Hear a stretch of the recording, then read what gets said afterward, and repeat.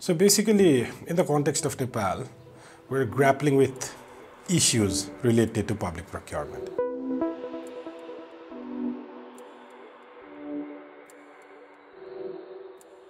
The underlying issue is like we are not looking into evidence-based approach by connecting data. The biggest opportunity that open contracting brings in is standardizing the data element in these different dots so that we can look at the holistic picture. So if we want to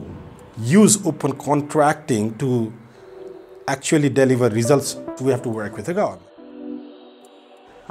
PPMO कार्यालयले सार्वजनिक खरिदको काममा हाम्रो प्रतिस्पर्धालाई चाहिँ एकदम स्पष्ट बनाउने पारदर्शी बनाउने काममा लागिरहेको अवस्था छ।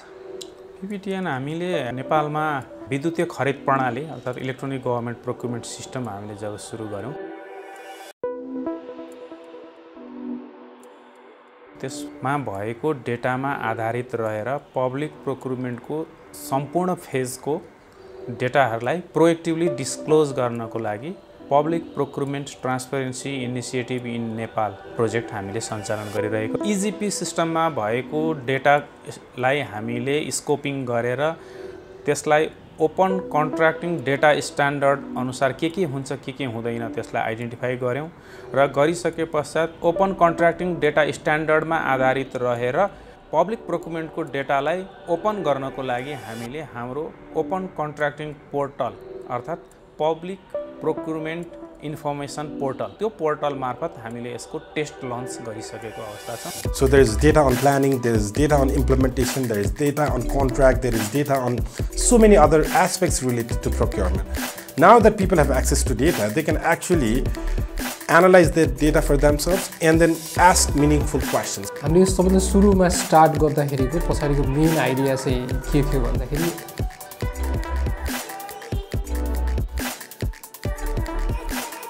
leader, a political leader, can be a user of data. We realized that if we want to get more immediate results and demonstrate that open contracting approach works, we decided to go to a local level. त्यो डेटालाई use गरेर एउटा यस्तो apparatus set गरौँ जसले development एक्टिभिटीलाई monitoring गरौँ भनेर हामी एउटा निचोडमा पुग्यौँ र त्यसलाई चाहिँ एउटा फेसबुक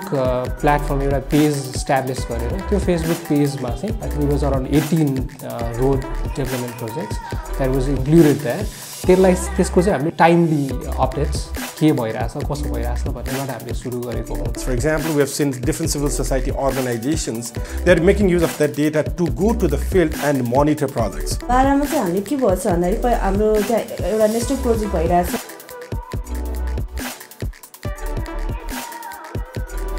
अनि त्यो प्रोजेक्टमा चाहिँ के भन्छ भन्दाखेरि त्यो हामीले मोनिटरिङ गर्नुभन्दा अगाडि चाहिँ त्यो प्रोजेक्टको चाहिँ दुईचोटि डेटहरु एक्सटेन्सन गर्दाखेरि पनि त्यो प्रोजेक्टको चाहिँ स्टिल 20% भन्दा वर्क चाहिँ अगाडि नै बढेछ हैन कि अनि हामीले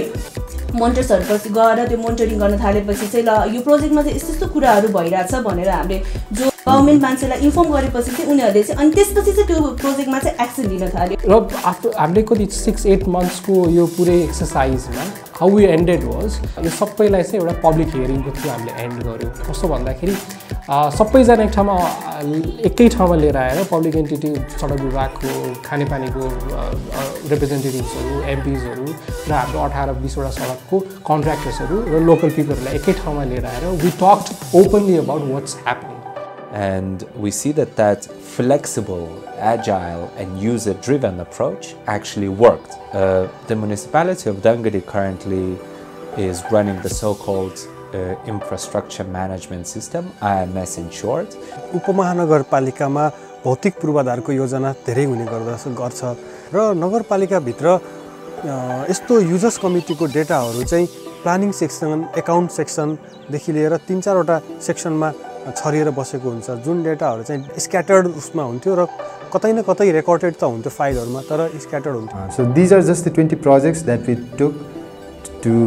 the mayors and so that how the data could be visualized, and after this there was an interest from all the officials, and then there was a discussion about how about taking all the projects that's happening in municipality and then visualize in the form where people can understand, and that led to the development of the infrastructure management system.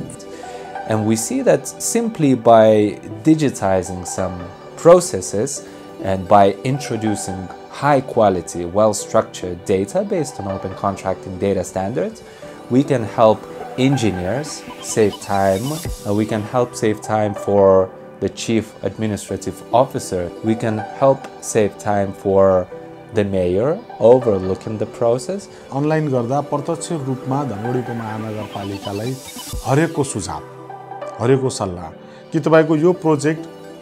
प्रोजेक्टमा कमी भइराखेको छ भन्ने direct रूपमा यसको first मेनसँग चाहिँ जाने भएका कारणले पनि यसमा चाहिँ बदमासी यसको कमसल रूपको काम हुँदैन भन्ने किसिमको परिस्थिति सिर्जना भएर अनि यसलाई चाहिँ हामीले अगाडि बढाउन खोजेको।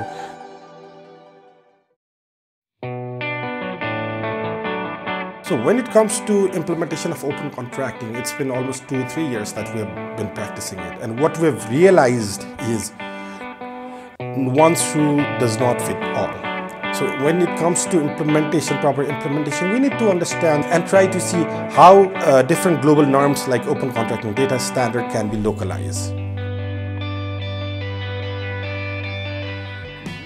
And in that sense, what we've also learned is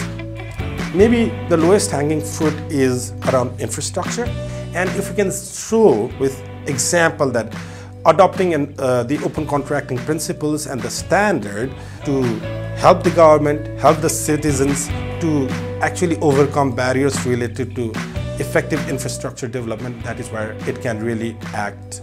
as a valuable input to the overall agenda of governance reform.